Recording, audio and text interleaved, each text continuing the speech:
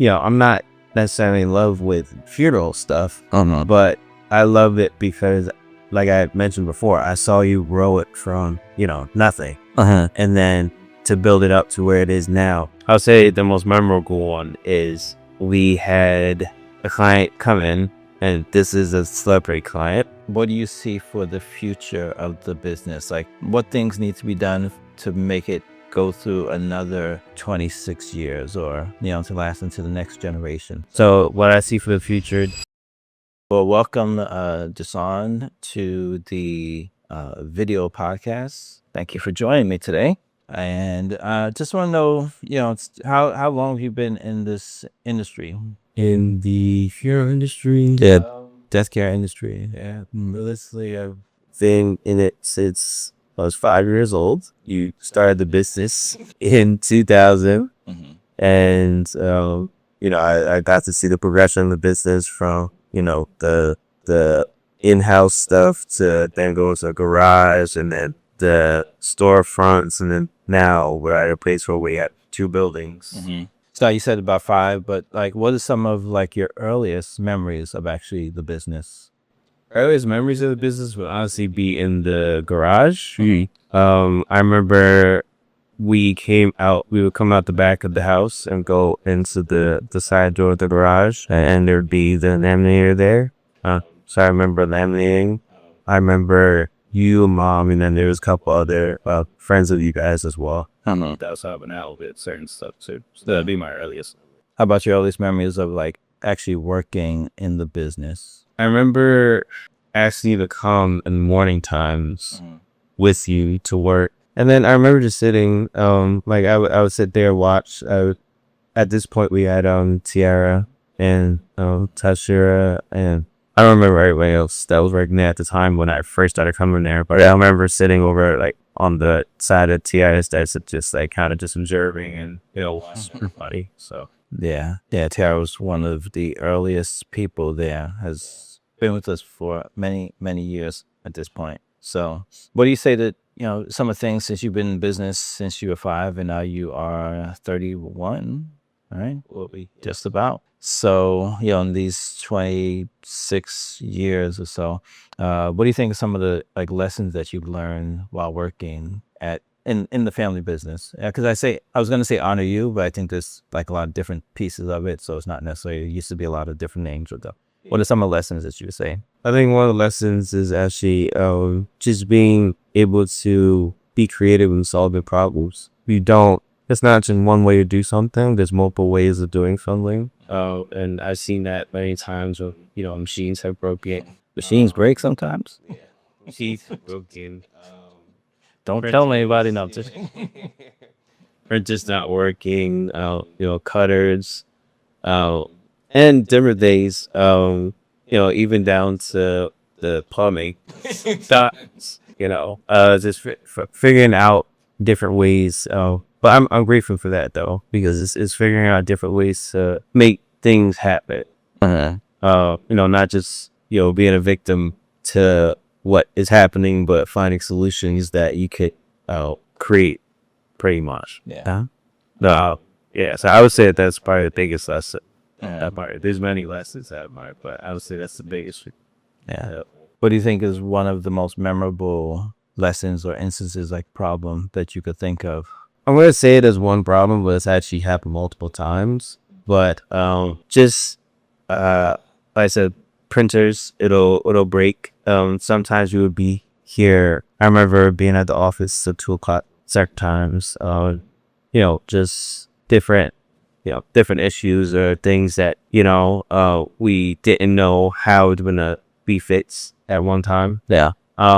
But then, like I said, I'm grateful for those as well. Just because, even for Quan now, I was able to have a conversation with Quan, and it last time that's what we had there. And I was like, yeah, this is the pretty big problem, and I don't know how right now that I'm going to fix it, but I do know that it has to get fixed because it always gets fixed. Yeah. At some time. Yeah. So, I don't know now. So it's giving me that type of confidence. Like, I may not know now how it's going to get fixed, but I know it has to get fixed because this has to go out. Yeah. And always seems to make a way. Yeah, Yeah. always. Yeah. Yeah. So this is a family business, and I want to ask you, like, what do you feel is one of the most challenging aspects? Not necessarily just family business, but just what is one of the most challenging aspects of being in this business, being in this industry, whether it's family or not, but just being in this industry, whatever. What do you feel is one of the most challenging parts for you personally? So I would say a good challenge is something that I talked about all the time. I even scrolled to Mo about it when I was speaking to her. You're still speaking to her, aren't you? When I told her that, you know, I love the business because it's something that, my father made Right. and that my father created. So, I'm not necessarily in love with funeral stuff, Oh no. but I love it because, like I mentioned before, I saw you grow it from, nothing. And then to build it up to where it is now, it's something like you said, it's like another child. It's like one of my siblings. Yes. Yeah, it's like another child. Yeah. So that's a good one. A bad challenge. Oh, I thought that was a bad book. I'm not even really gonna say this is bad. Maybe it's two good challenges, but a bad challenge would be having to learn people don't always keep their word with certain things. Yeah, I think I grew up pretty trusting. I would say normal, and in business, it's good to build relationships with people. You want to trust them, but having to learn that lesson of you can't just take everybody for their word, because not everybody holds honor and value in their word. Yeah. Yeah. All right. No, that's good. So you work here basically every day, and what keeps you coming back? Like when you wake up in the morning, you faithfully come to work every day. Like what's running through your mind to keep you every day coming back? I think the same thing that I said before about, I know that this is something that is a part of us, part of our family. I do feel purpose in what we do as well. With helping the families that we do, especially at a time of their life when they feel like they're not at their best and what some may consider their lowest. You might have just lost your mother, your father, a sibling, a friend, or whatever it is. But for us to be able to use this moment to help those families to properly represent their loved ones and to encapsulate their lives and the products that we provide, that is motivation in itself to come here every day. Okay. I'll do that. Oh. Let me ask you maybe just two more questions. We'll see how it goes. You mentioned like as a child, like watching the beginning, early parts of the business. What would you say from like the early parts of the business, you seeing it? What were some of the things that made the business like successful to the point where it's still here existing after 26 years? What are the things that you watched, that you saw that maybe people don't see today because they just see where it is right now? But like, what did you observe as a child? Similar to what I said before about a willingness to be persistent even when things may not be going exactly how you plan for them to go. Business isn't just a scaling thing where it's just constant growth every time, but it's learning to be adaptable. So I would say that is something that I was able to observe growing up. And then also something that you definitely taught us growing even outside of business as well, is the value relationships that are built with people. The clients that we have, yes, they are clients, but we still have to preserve that friendship or that friendliness with them as well, and not in a way of obligation, but more so you're concerned. Just like one of the funeral homes that we do it now, the one of the directors, he just had a uncle pass away. So even when he had told me yesterday and reminded me about it yesterday, to give him a call, I gave him a call yesterday. I was able to speak to him, and he was very appreciative of that. So even sometimes I'll talk to the funeral home owners, and I ask them, how did you start in the business? Like, what was your inspiration? I think that goes a long way. Yeah. So just maintaining a relationship outside of just business, and of course it is business, but just maintaining some type of interest in them and their business. Yeah, it's beyond just the client, but a relationship that we have. Yeah. That's good. Now, as you mentioned, like we have clients which are funeral homes, but then, we also deal a lot with families at times too. And I just want to ask you this question because I know you talk to families and I see you a lot of times with families. What is one of your most memorable times with a family? And it could be funny or it could be just, serious or it could be whatever. What's that most memorable time that you could share about meeting with a family? Memorable? If I can say names of family. No, no names. Just. What was the experience? So, like, what was that? Because I think it's special when we meet with families. In a way, I enjoy it. I don't get to do it as often, but it's a different time of being able to connect with them, especially like I said, at a low point. So it can oftentimes be a memorable experience. So Yeah, definitely. I think each family is different. There's definitely families that come in here, that will come in here crying. Some families will come in here. It's more like a laughing thing where, they have that. No, not laughing at, of course, the dead, but, speaking about, the life of the person. yeah, And that's another thing too, of being interested not only in the clients at the funeral homes, but then also families as well, being interested in their loved one. We're showing that interest on their loved one because everybody has a life story and something to, tell. yeah. So I'll say the most memorable one is we had a client come in, and this is a celebrity client, and they had came in, but this is a client that we would watch on movies. Okay. Growing up. So, just knowing that she was coming to our place, and like I said, we literally watched her growing up in movies, multiple times. Yeah. Just to know that, we were interested to, have the service or provide the programs for our loved ones. Definitely a special, memorable moment. Yeah.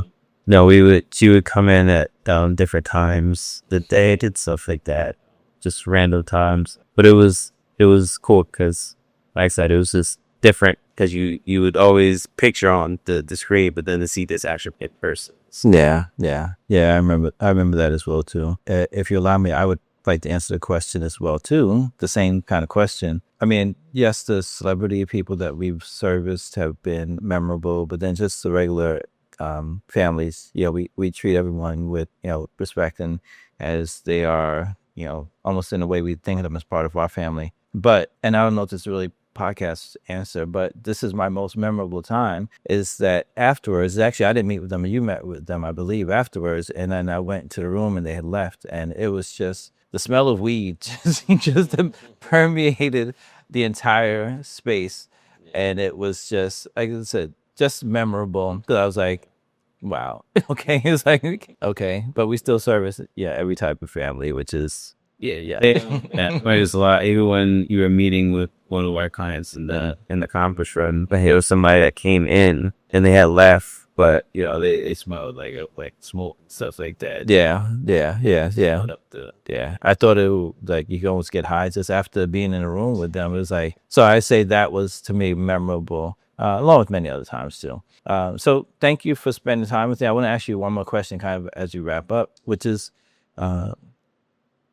I think it's a loaded question, but it's a good question. So we've been in business for 26 years this year, and you're kind of leading the charge for like the next, push of the business. Considering the things that we've had to do to bring the business to where it is right now, like what do you see for the future of the business? Like what things need to be done to make it go through another 26 years or, to last into the next generation? Because, in reality, when a little bit younger than you when we kind of started the business, but let's say like for next generation, let's say for them to be able to also come up in the business to enjoy even some of the things that we have set as maybe as a foundation, what do you think needs to happen or what do you envision or see in that? It's kind of a wide question, but just want to hear your thoughts on it. Yeah. So what I see for the business, I mean, just looking at the world as it is now, we're going through the age of AI, and it's not making things harder, but it's changing how we have to service families. And this is another reason of why I love that I was able to grow up with the mindset of people. You have to adapt. Without you can't stay and stay the same and, expect everything else around you to stay the same. So what I see for the future, definitely, more systems, being built that, we can integrate different types of, products that we can bring in. We can integrate different type of, people that can come in, and, also in this AI age, we're also able to, I'm not gonna say bring people back to life, but it presents more opportunity to show people's lives in different ways that, paper isn't going to. Yeah. Or, the printed materials isn't going to. So definitely stepping into more digital stuff we already have. And we've kind of been ahead of the game from a minute ago with the QR codes and stuff like that. So just maintain that mindset of adaptability, but then also sticking to our core of, honoring the lives of the people that we surface. And honoring the lives of the loved ones of people that we service. Yeah. And just sticking to making sure that we keep that at our full. Yeah. And I think that it's what has set us apart. And because we never want to be generic, we wanted to, our thing from before has always been, honoring the lives of the homes. Yeah. And each life is unique, right? Yeah, exactly. I mean, create memories of the lifetime is our thing. So yeah, just always maintain that mindset of, this isn't just a business that, we're just here to just get money from, but truly focusing on the impact that we make on the people. Yeah. Yeah. That's good. Good way to put it. So I want to thank you, Mr. Jason Stewart of Honor You Memorial Products, for being here with us on this very impromptu podcast. I know it's just kind of talking like, oh, let's go and do something. But I think it actually is. It's good talking to you and seeing some of the direction and some of the things we learned from the business as well. See you next time.